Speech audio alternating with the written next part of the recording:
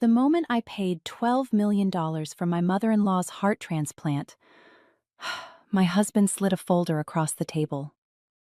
"Thanks for the help," he said, smiling like this was a business deal. "Now you're nothing." I didn't open it. I already knew what it was. Divorce papers. My name is Alina Mercer. I'm 35, and in that moment, sitting in a private hospital suite that still smelled like antiseptic and burnt coffee, I realized something simple.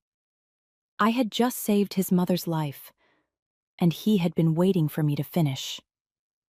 "So this was the plan?" I asked. He leaned back in the chair like he had already won. "The house is in my name," he continued casually. "The car, too. Accounts are clean. You signed everything months ago." Months ago. When he said it was for tax purposes. When he said it would protect us. I nodded slowly. Not because I agreed, because I remembered. Every document, every late-night signature, every time I chose trust over questions. "You don't have anything left," he added. "Just sign, and we can keep this civil." Civil. I looked at him properly then, really looked, at the man who just turned my loyalty into an exit strategy, and I smiled. Not big, not emotional, just enough, because what he didn't know was that I never moved money without leaving a trail, and this time, the trail didn't lead back to me. He thought the smile meant surrender. It didn't. It meant I finally understood the timing. "I'll read it," I said, sliding the folder a few inches closer without opening it. "Take your time," he replied, checking his watch like he had somewhere better to be. Of course he did. He always did. Meetings, calls, dinners that ran late. I used to think it was an ambition. Now I knew it was distance. "How long have you been planning this?" I asked. He didn't hesitate. "A while. Honest." That almost surprised me. "Before her diagnosis?" I nodded toward the ICU doors. A pause, then a small shrug. "After," he said, "when things got expensive." So that was it. Not just betrayal. Calculation. He waited until I was emotionally locked in, until I would never say no to saving his mother. Then he moved everything out from under me. Clean, quiet, legal. "You could have just asked for help," I said. "I did," he replied. "You gave it. No guilt, no hesitation, just facts." I finally opened the folder. It was all there. Property transfers, asset divisions, signatures I recognized. Mine, placed neatly under language I hadn't fully questioned at the time. He wasn't lying. On paper, I had nothing. He stood up, adjusting his jacket. "Sign it today," he said. "Lawyers are ready." I closed the folder. "I'll sign," I said calmly. That stopped him. Just for a second. Because he expected a fight. What he didn't expect was that I had already started one. Weeks ago. The moment I realized his tax plan didn't make sense. The first time I knew something was off. It wasn't dramatic. No shouting, no obvious lie, just a number that didn't sit right. He had handed me a stack of documents late one night, said it was routine restructuring, tax efficiency, asset protection. I trusted him. I signed. But later, when I was alone, I opened one of the digital copies, and I noticed something small. A transfer amount that didn't match the account I knew we used. It wasn't missing. It was redirected. Subtle. Careful. The kind of move that only stands out if you already understand how money is supposed to flow. I didn't confront him. I didn't ask questions. Because by then, I knew exactly what kind of man I was married to. Instead, I called someone else. Not a friend. Not family. An auditor. Independent. Quiet. Expensive. The kind of person you hire when you don't want answers. You want proof. For 3 weeks, while I was sitting beside his mother's hospital bed, while I was signing consent forms, approving payments, transferring funds, someone else was tracing every dollar, every account, every shell company, every signature, including mine. "Do you trust your husband?" the auditor asked me once. I didn't answer. I didn't need to, because trust wasn't the question anymore. Control was. By the time the surgery was scheduled, I already knew something he didn't. He thought he had taken everything, but he had only taken what I let him move. And what I left behind was worth a lot more than 12 million. The surgery took 8 hours. I stayed the entire time, signed every form, approved every transfer, answered every call from the billing office like it was the only thing that mattered, because in that moment, it did. Whatever he had planned, whatever he had already taken, I wasn't going to let his mother die because of it. That wasn't who I was. But while I was sitting there, waiting for updates, my phone didn't stop. Not messages, notifications, quiet ones, from accounts I didn't recognize, from systems I had set up weeks earlier. The auditor had given me a choice. Do you want to recover it? He asked. Or do you want to understand it first? I chose both. So while the hospital was processing $12 million under my authorization, another process was happening in parallel. Legal, documented, time-stamped. Every account he had moved money into was being flagged. Not frozen, not yet, just marked. So nothing could disappear without a record. You'll only get one clean shot, the auditor told me. After that, he'll know. I waited. Not hours, not days. For the right moment. The surgery ended at 2:17 a.m. Successful. By morning, he smiled again. Relieved, grateful, convincing. And by afternoon, he slid the divorce papers across the table like everything was already finished. That's when I knew. He thought this was the end. He didn't realize. It was the moment I had been waiting for. Because once he made his move publicly, mine could no longer be stopped. I didn't argue. I didn't ask for anything back. I signed. Right there, in front of him. His smile came back instantly, relieved, satisfied, almost amused. Smart, he said. Dragging this out wouldn't have helped you. I nodded like I agreed, because I needed him comfortable, confident, careless. What about the accounts Rainier? I asked casually. All handled, he replied. Transferred weeks ago.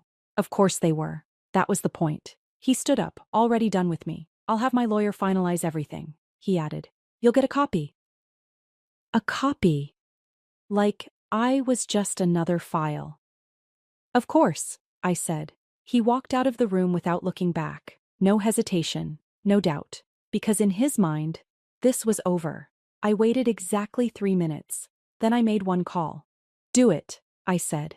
No explanation, no second sentence. I didn't need one. On the other end, there was a pause, then a quiet, understood. And just like that, the part he never saw began. Across 3 different institutions, notifications started moving. Not loud, not visible, but irreversible. Compliance flags turned into internal reviews. Internal reviews turned into legal holds. And legal holds turned into something much worse. Not accusations, not yet. Just enough to stop everything from moving. Every account, he thought, was untouchable. Stopped responding. Not frozen, not seized, just locked in place. And for the first time, he was going to feel what it's like to lose control, without understanding why. It took him 4 hours to notice. I know that because his first call came at 6:12 p.m. I didn't answer. The second came 30 seconds later. Then another. By the 5th call, I picked up. What did you do? He asked. No greeting, no control, just pressure. I signed the papers, I said calmly. Isn't that what you wanted? My accounts aren't processing, he snapped. Transfers are failing, cards aren't going through. There it was, the crack. Small, but real. That sounds like a bank issue, I replied. This isn't a bank issue, he said. This is you. I let the silence stretch. Just enough. Did something go wrong with your tax plan? I asked. He exhaled sharply. This isn't funny, Alina. I'm not laughing. Because I wasn't. This wasn't revenge. This was correction. I need you to fix it, he said. Now. Need. Not demand. That was new. I can't fix something I don't control, I replied. Another pause. Longer this time. Because now he was thinking. Replaying. Connecting pieces he should have seen weeks ago. You knew, he said finally. Not a question. A realization. I suspected. I corrected. And then I ended the call. Not dramatically. Just finished. Across the next hour, his situation didn't improve. It got worse. Notifications turned into official emails. Emails turned into calls from institutions. And those calls weren't asking questions anymore. They were informing him that his accounts were under review. Effective immediately. And suddenly, the man who said I had nothing couldn't access anything at all. By the next morning, it wasn't just banks calling him. It was everyone. His lawyer left 2 voicemails. Urgent, different tone. Call me back now. Then his accountant. Then a number he didn't recognize. He answered that one. I know, because 10 minutes later, he called me again. I didn't pick up. He texted. They're saying compliance review. What did you file? I didn't respond, because I hadn't filed anything. Not directly. I had just connected things that were already there. By noon, the situation had escalated. Enhanced due diligence. One email read. Another used stronger language. Potential irregular activity under investigation. That's the thing about money trails. They don't accuse, they reveal. He showed up at the hospital around 1 p.m., same place it started. Different man, no confidence, no smile, just urgency. Alina, he said, stepping into the room like he still belonged there. I didn't stand. I didn't greet him. You need to call them, he said. Whatever you started, stop it. I didn't start anything, I replied. I just made sure it could be seen. He ran a hand through his hair. This can ruin me. I looked at him for a long second, then said something I had been holding back since yesterday. You already ruined something, I said quietly. He didn't argue, didn't deny it. Because now, he finally understood the scale. Not of what I did, but of what he had done, and why it was never going to stay buried. He stayed quiet after that. Not because he accepted it, because he had run out of moves. By the end of the week, everything was out of his hands. Accounts fully restricted, transactions reversed or flagged, lawyers no longer speaking confidently, just cautiously, carefully, like they were trying to understand how deep this went before saying anything permanent. The audit trail had done exactly what it was supposed to do. It didn't destroy him. It exposed him. And once something like that is visible, it doesn't go away. I didn't chase him, didn't follow up, didn't ask for anything back. Because I didn't need to. What I wanted wasn't money. It was truth and consequences. 2 things he had spent months trying to avoid. A week later, I got the finalized divorce papers. Clean, fast, no disputes, no negotiations. Just done. I signed them without hesitation, not because I lost, because I had nothing left to prove. The house, it was never mine. The car, replaceable. The money, recoverable.